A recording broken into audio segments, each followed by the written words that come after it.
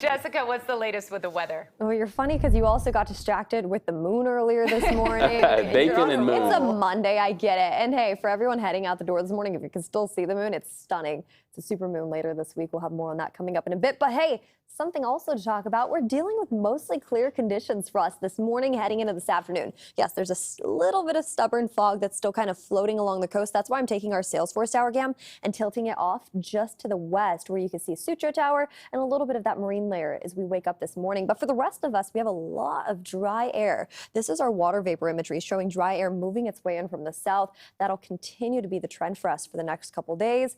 And with that in mind, too, we have high pressure moving in from the opposite direction, and that's going to warm us up. So we're already sitting a little bit above average today in certain pockets, all the way down into the Santa Clara Valley near Morgan Hill, sitting at 92 degrees today. We're sitting in the upper 90s, anywhere from Pittsburgh over into areas like Antioch and Brentwood this afternoon.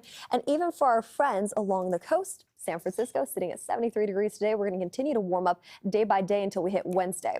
Another thing I really want to focus our eyes on, it's our air quality. We've been keeping a close eye on this with those fires burning just to the north of us, but right now, current conditions, we're still sitting in that moderate to unhealthy category for many of those sensitive groups all throughout the North Bay, crossing the Golden Gate Bridge and even into San Francisco and throughout the peninsula this morning.